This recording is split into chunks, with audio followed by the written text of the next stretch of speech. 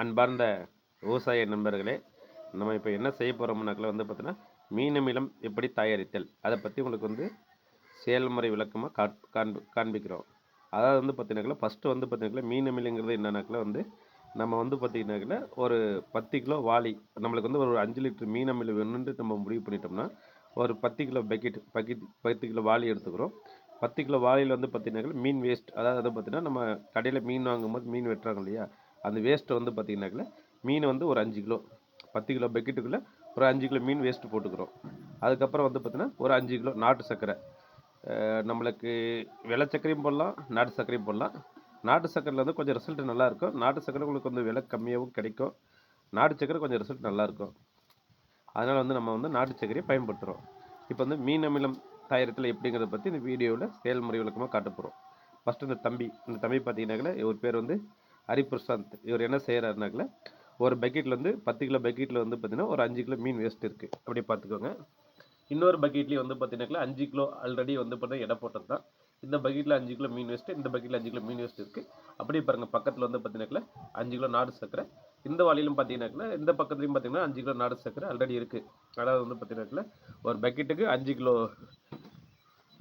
மீன் waste, மீன் கழிவு plus வந்து பார்த்தீங்கன்னாக்கில் 5 kilo நாடு சர்க்கரை வச்சுருக்கிறோம். இப்போ வந்து பார்த்தீங்கன்னா தம்பி வந்து எப்படி தயாரிக்கிறது சொல்லுவார். இப்போ வந்து பார்த்தீங்கன்னாக்கில் 5 கிலோ மீன் அமிலத்தில் வந்து பார்த்தீங்கன்னா தம்பி நாடு சர்க்கரை போடுறாரு. எங்கள் நாடு சர்க்கரை போட்டு தம்பி.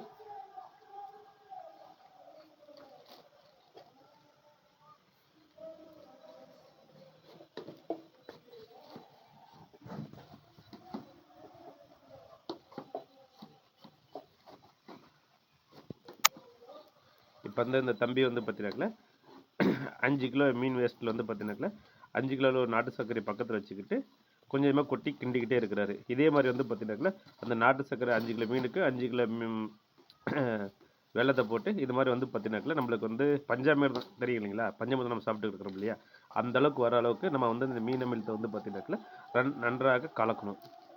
இப்போ மறுபடியும் பாருங்கள் நாட்டு சர்க்கரை போடுறாரு. இப்போ நாட்டு சர்க்கரை போட்டு கலந்துட்டு அடுத்து உங்களுக்கு கண்டினியூ மற்றதில் உங்களுக்கு தெரியும். இப்போ பார்த்தீங்கன்னா நம்ம மீன் அமிலத்தில் வந்து பார்த்தீங்கன்னாக்கில் நாட்டு சர்க்கரை போட்டு இந்த மாதிரி வந்து பார்த்தீங்கன்னா உங்களுக்கு பார்த்தா நல்லா தெரியும். இதில் வந்து பார்த்தீங்கன்னாக்கில் நல்லா பாவு மாதிரி பஞ்சாமிர்த அளவுக்கு நல்லா ரொம்ப நல்லா கலக்கிறோம். எங்கேயுமே வந்து பார்த்தீங்கன்னா மிக்சிங் ஆகாமல் இருக்கக்கூடாது. இப்போ கம்ப்ளீட்டாக வந்து மிக்சிங் ஆனதுக்கப்புறம் இந்த மாதிரி நல்லா மிக்ஸ் ஆனதுக்கப்புறம் இதை எடுத்து நம்ம வந்து மூடி போட்டு காற்று போகாத அளவுக்கு, பக்கெட் விட்ட மூடி நம்மளுக்கு ஆல்ரெடி இருக்கும், அந்த மூடியிலே தான் நம்ம யூஸ் பண்ண போகிறோம். காற்று போகாத அளவுக்கு போட்டு ஒரு வந்து பார்த்தீங்கன்னா நிழலான இடத்துல சேஃப்டியாக வச்சுட்டோம்னா முடிஞ்சு போச்சு. இதை வந்து பார்த்தீங்கன்னாக்கில் ஒரு குறைஞ்சபட்சம் மீன் அமிலம் வந்து ஒரு 3 மாதம் கழித்து தான் வந்து நம்ம பயன்படுத்தினாக்கில் வந்து பார்த்தீங்கன்னா நல்லா 100% ரிசல்ட் இருக்கும். எதுக்காக சொல்ல வரணும் வந்து பார்த்தீங்கன்னாக்கில் இதில் வந்து பார்த்தீங்கன்னா ஒரு 3 மாதம் கழிச்சு பார்த்தீங்கன்னா வச்சுக்கோங்களேன், இந்த செதில் எந்த ஒரு இதுவுமே இருக்காது. நம்மளுக்கு வந்து ஆயில் வந்து எப்படி கெட்டியாக இருக்குமோ அந்த ஸ்டேஜில் இருக்கும். அப்படி இருக்கும்போது வந்து பார்த்தீங்கன்னாக்கில் நம்ம எல்லா ஒரு பயிருக்கும் பயிருடைய வளர்ச்சியை பொறுத்து நம்ம வந்து ஒரு டேங்க்கு 12 லிட்டர் டேங்க்குக்கு வந்து பார்த்தீங்கன்னாக்கில் செடி வளர்ச்சி பொறுத்து தான் குறைஞ்சபட்சம் 50 மில்லிலேருந்து அதிகபட்சம் வந்து பார்த்தீங்கன்னா 12 லிட்டர் டேங்க்குக்கு 150 மில்லி வரையும் பயன்படுத்தலாம். இந்த செடி வந்து பார்த்தீங்கன்னாக்கில் நம்ம ஒரு எக்ஸாம்பிள் ஒரு தக்காளி போட்டிருந்தோம்னாக்கில் வந்து பார்த்தீங்கன்னாக்கில் ஒரு 1 மந்த் கிராப்லேருந்து ஸ்டார்ட் பண்ணலாம். இந்த மீன் அமிலம் தயாரிக்கிறதுனால வந்து பார்த்தீங்கன்னா என்ன பயன்பாடு, இதில் என்ன சத்து இருக்குன்னா, இல்லை மெயினாக வந்து பார்த்தீங்கன்னா ப்ரோட்டீன், அதாவது புரத சத்து இருக்குது. அதாவது வந்து பார்த்தீங்கன்னாக்கில் இந்த மீன் அமில் நாட்டு சர்க்கரையும் மிக்ஸ் ஆகி இருக்கிறதுனால நம்மளுக்கு வந்து தெளிக்கும் போது வந்து பார்த்தீங்கன்னா பூச்சி நோய் தாக்குதல் வந்து குறைவாக இருக்கும். முழுசாக கண்ட்ரோல் ஆகும்னு சொல்ல முடியாது, குறைவாக இருக்கும். செடி வளர்ச்சி வந்து பார்த்தீங்கன்னா நீங்கள் எந்த ஒரு உரம், கெமிக்கல் உரம், வேறு எந்த ஒரு உரத்துக்கு கொடுத்தாலும் இதுக்கு ஈக்குவலாக வந்து செடி வந்து வளர்ச்சி வந்து கொண்டு வரவே முடியாது. இது கண்கூட நான் பார்த்த ரிசல்ட்டு. அதனால தான் வந்து இப்போ வந்து எங்கள் வயலுக்காக நாங்கள் தயார் பண்ணிக்கிட்டு இருக்கிறோம். இப்போ வந்து பார்த்தீங்கன்னா அடுத்து வந்து பார்த்தீங்கன்னா இது நல்லா மிக்ஸ் பண்ணியாச்சு. மிக்ஸ் பண்ணதுக்கப்புறம் வந்து பார்த்தீங்கன்னாக்கில் இதில் ஒரு வாளியோட மூடி எடுத்து மூடி போட்டு காற்று போகாத அளவுக்கு மூடி போட்டு நாங்கள் வந்து ஒரு நிழலான இடத்துல சேஃப்டியாக வச்சுருவோம். நன்றி.